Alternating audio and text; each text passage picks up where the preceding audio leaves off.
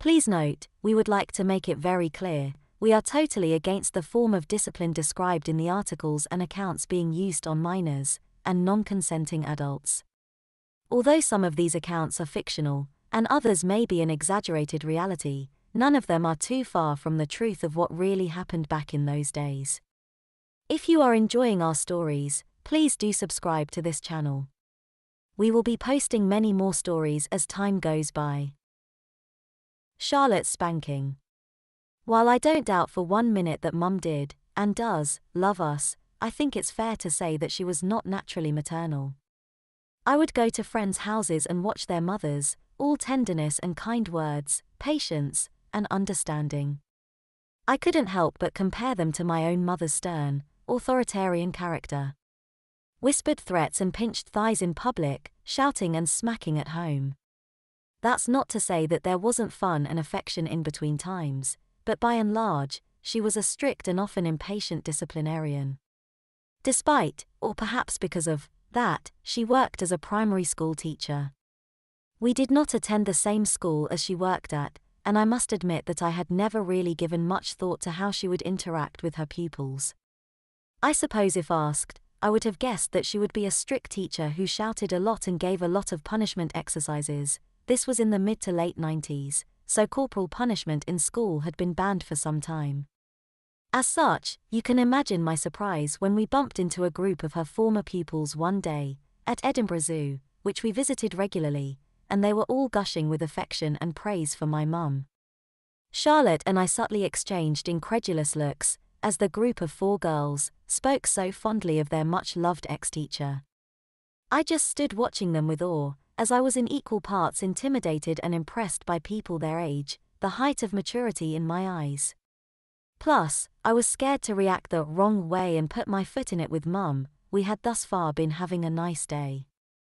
Ever reliable, though, my sister interrupted one of their comments about Mum's sweetness and patience by interjecting, "Wow, she must use up all her niceness at school, 'cause she's always shouting and smacking at home." At this, my stomach plunged in dread and embarrassment, and I resolutely looked down at my feet. The teenagers shifted awkwardly, as Mum jovially dismissed this comment as silliness and exaggeration, then laughed heartily. Following Mum's lead, I too gave a little half-hearted chuckle, to show my consensus that Charlotte was just being silly. The teenagers said their awkward goodbyes, as I silently implored them not leave, knowing full well that my poor sister would soon be over Mum's lap. The 3 of us stood and watched the girls walk away, Mum smiling sweetly, as if all was well, Charlotte staring defiantly up at her, and me, still as a statue, holding my breath in fearful anticipation. Once they were out of sight, Mum wordlessly grabbed Charlotte's arm and started striding toward the car park, my sister's little feet barely touching the ground as she half ran, and was half dragged to the car. The journey home was fraught with tension, and the 15 minutes in the car felt like hours.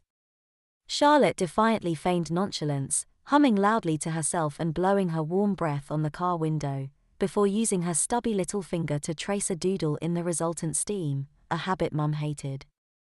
When we got home, Mum very carefully and quietly closed the front door. Although our house was detached, and so pretty soundproof, she still abhorred the idea of the neighbors thinking of us as anything less than the perfect family, an image she carefully cultivated. Once the door was closed, Mum strode into the dining room. This was the venue of the majority of our smackings, presumably due to the abundance of straight-backed chairs.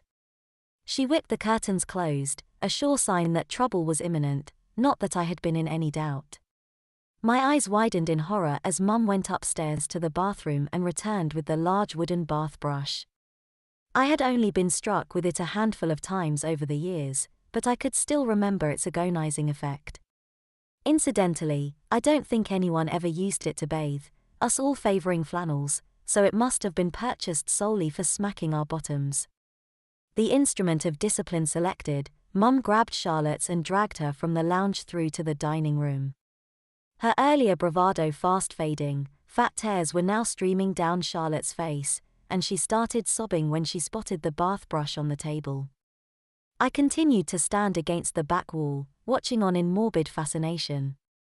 I genuinely felt dreadful for my sister by the thought of what was to come.